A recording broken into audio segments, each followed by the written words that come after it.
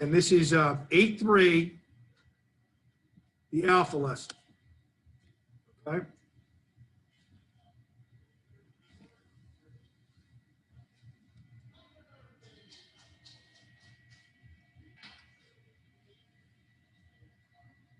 So, conditions again. Ready? We're doing a confidence interval for a population mean, not a proportion. You have conditions. Construct and interpret. They just copied and pasted this from the last, from A2 and edited, put mean instead of proportion.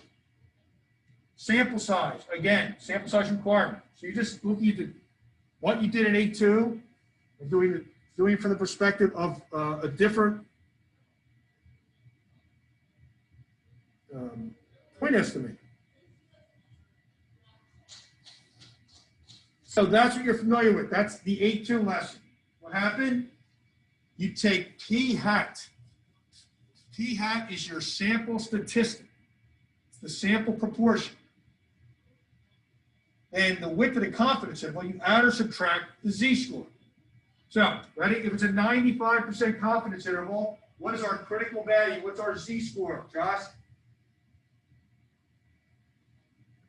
What's z if it's a 95% confidence interval? 1.96 is correct. What is z if it's a 90% confidence interval?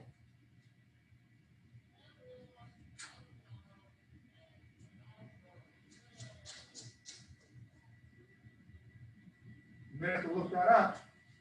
If you know how to do it, go to your calculator, and you find inverse norm. It captures 5% of the curve. Because if you capture 5% of the curve and the graph's symmetric, you'd have 5% in each tail, which would leave 90% in the middle. What do we get? Marissa, 1.645. You take that with one more decimal place because it's really close, or it's dead center, so there's no point in truncating that. Okay? 1.645. So that's what this number is. What are we doing? Because that's how many standard errors we're going. Standard error is what we're calling the standard deviation as we move forward. The step would be P hat times 1 take away P hat over N. This would be your confidence interval. For a proportion, for a mean, we would have, ready? Not instead of P hat, you would have X bar.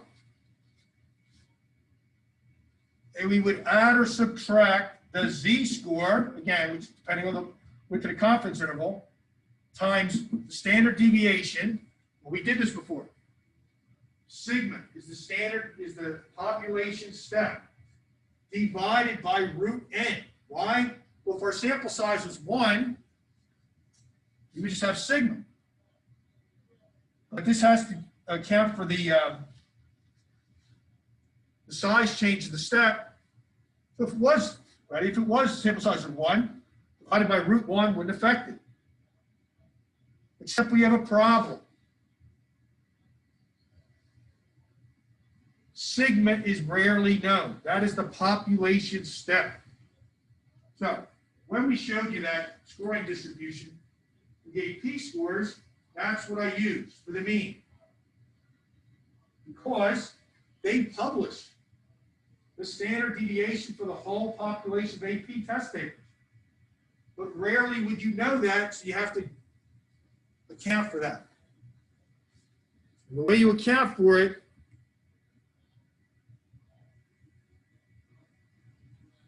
see, we don't know the value of mu, so we're using X bar to estimate it. But we're fine, see, because what have you got? This is a statistic, but that's a parameter. So we're using X bar to estimate mu.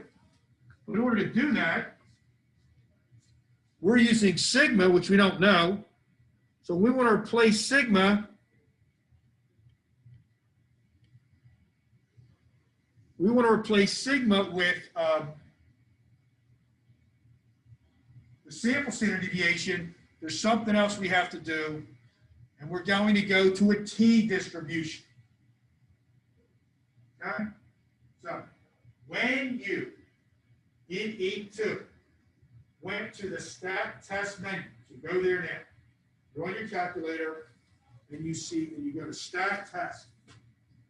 You notice it's a really long menu. But you notice that all those choices have a Z in them or a T in them. So the issue is this. Unless you know the population standard deviation, which is very rare, when you're dealing with a mean, you're going to use the T choices. Here's the picture. The T distribution,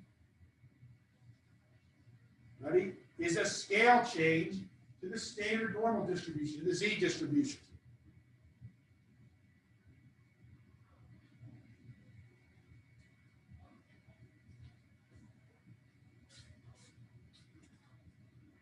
So here's the algorithm.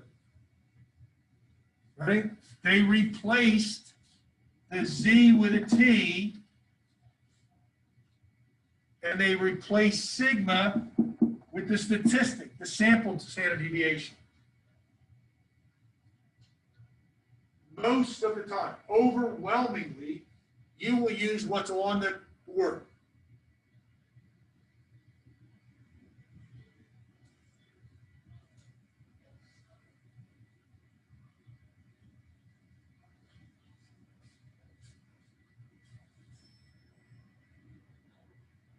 So we need to find the critical values.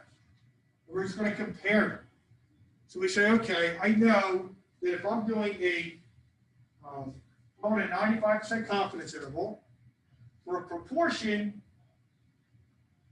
I would use 1.96 as the critical value. Now we want to know, what do I use for the critical value for a 95% confidence interval for a mean? And that depends on the sample size. So all these T distributions, there's an infinite number of T distributions. They depend upon the sample size. So if you look in the back of the book, the very back, and again, this is going to be on the formula sheet we gave you, the tables. I'm on page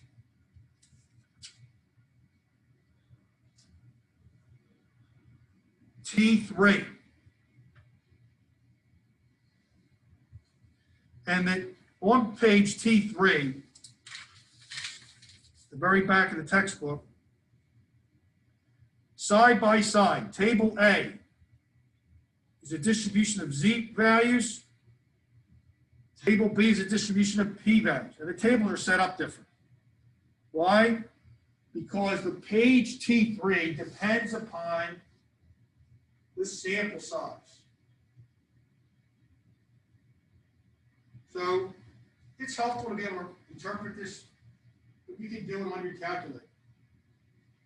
So we're going to go here. We want to answer this question. We want to be 95% confident, and the sample size is 12.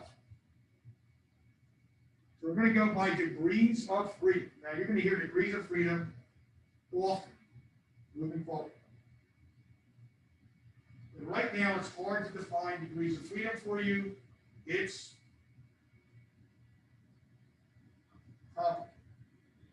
but for now, here's how we're going to define it. Our simplicity. If the sample size is 12, the degrees of freedom is n take away 1. Why? Because there's 11 data points that can be whatever they want to be.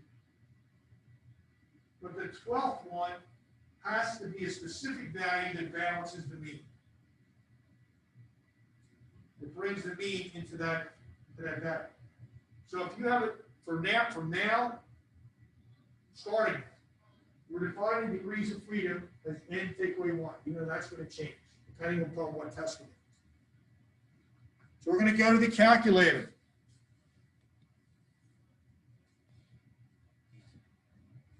And here's how this works with the technology.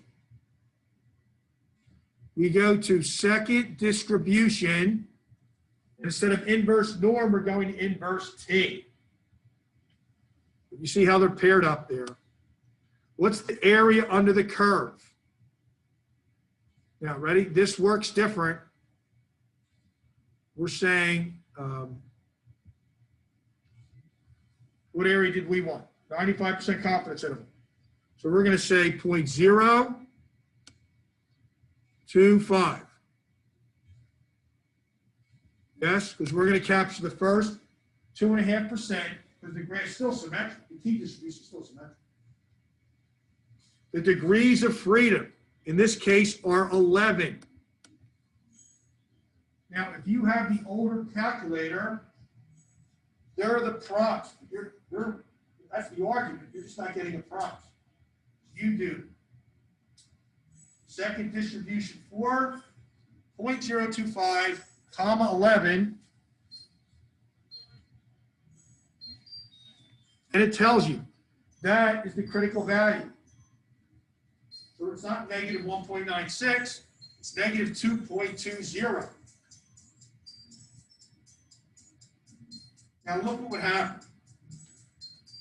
We said second enter, and we said the sample size is not 11, but say 150.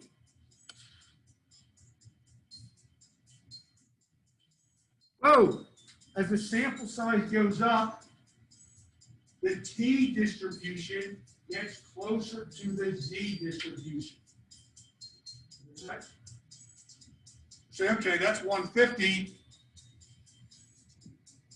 Second enter. Suppose we're 500.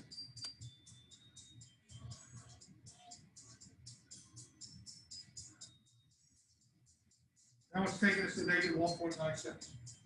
So what's happening? The t distribution compensates for the sample size. If you want to capture the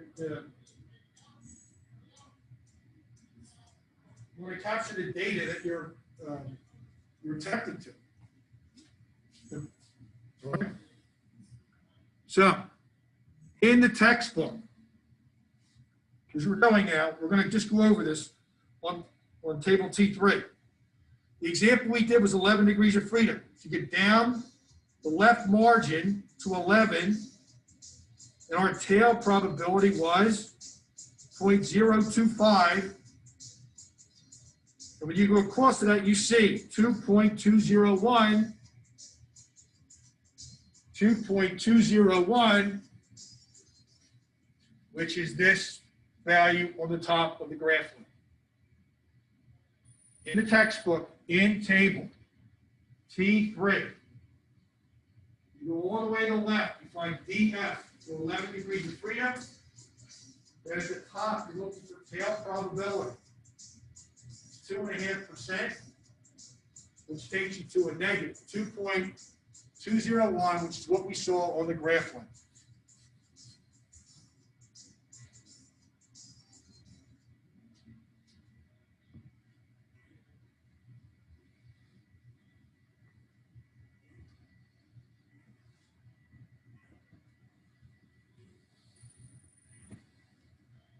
Okay. Then the second question says, how about if you want a 90% confidence interval and there were 48 observations? Well, again, you can do that on your calculator, but if you look in the textbook, there is no 48 line.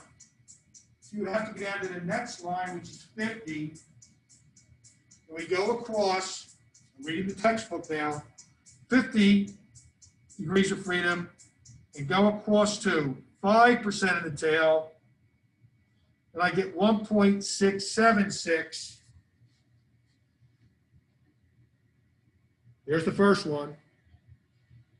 And there's the picture from the table. And then here is, ready? Here's the inverse T for the second one where you have 47 degrees of freedom, because the sample size is 48. And that's more specific than the value in the textbook, because they don't have a line for every sample size. And if they don't, you have to round it up.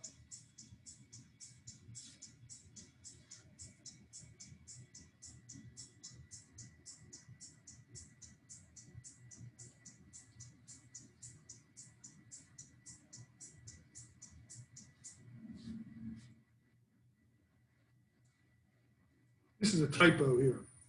It's 1.684. It should be 1.670. Right?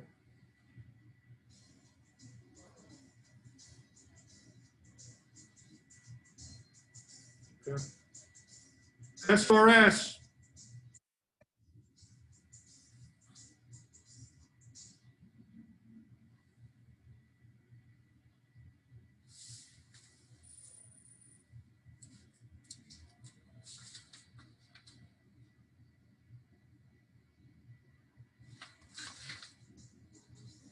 SRS is the first condition. 10%, same thing. 10% condition from proportions.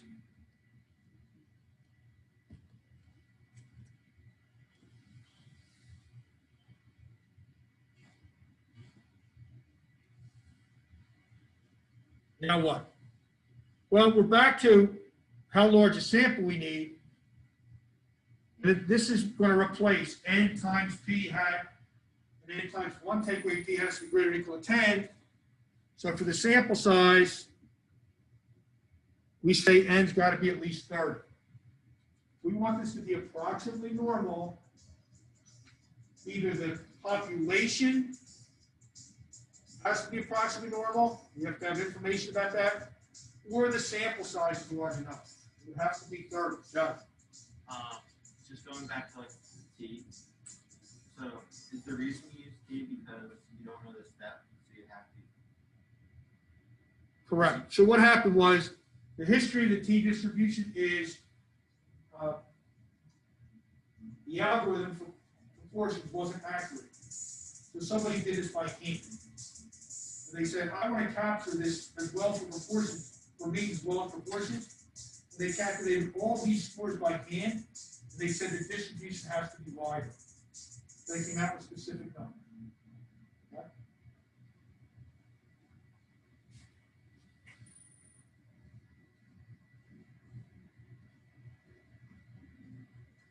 So, ready? What do you got here? Here's this distribution. And you take you take 50 students as your sample size. Are we good to proceed with a 90 or whatever % confidence interval? And the answer is yes, because the sample size is large enough. But this one, 20, the sample size is less than 30. We good? So we would be fine if the distribution were approximately normal. Well, you look and see what this is. Can you tell the skewness of this from the September and October? It's skewed left because the data is to the right. And the tail would be to the left. So it's not appropriate for this. Okay. How about this? Well, here there's 20 students. But the sample size is less than 30. But this distribution's pretty symmetric, so it'll be fine.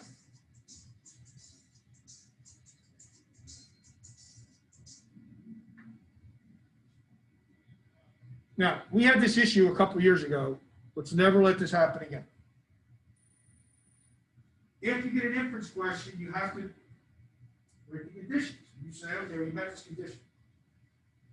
If you're doing this and you don't think you meet the condition, you still go ahead and you note that. somebody a few years ago said, well, it is that problem. Because I said it didn't meet the condition, so I just stopped. No, that's not what you do. You go ahead and you say, this condition wasn't met.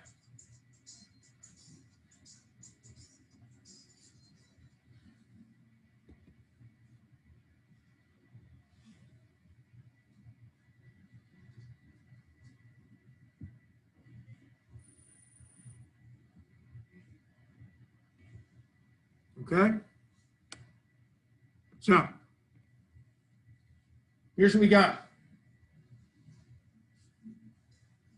We have this algorithm. When you use the statistic to estimate the parameter, you substitute the t for z.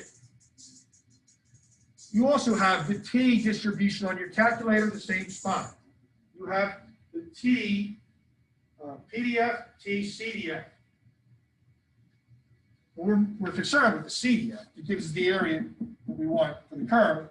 And then we have inverse t. And then the conditions, same thing that we get in proportions. We want the sample to be less than 10% of the population because we're sampling without replacement. But then the large count just goes to n is greater than or equal to 30. Okay? So we're going to pause this video and ask you to go to two questions, 61 and 67. Okay, 67. What are we saying?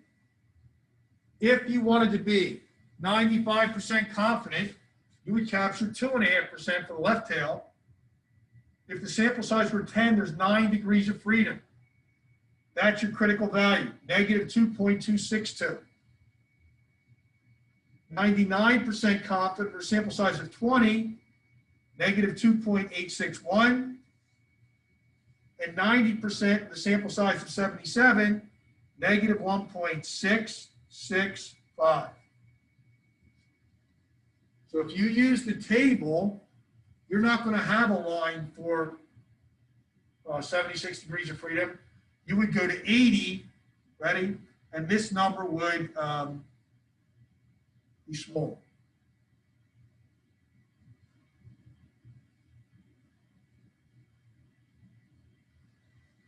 And then for 67,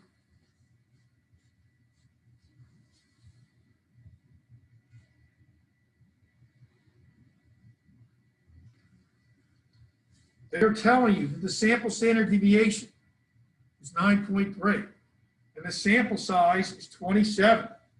Be careful now. We don't take one away. It's not degrees of freedom. So the size change of the standard deviation takes it to 1.790. In sample sizes of 27, it'll typically vary from you by that amount. Here's the center. We added one step. That's not a confidence interval. We just put in one standard error each way.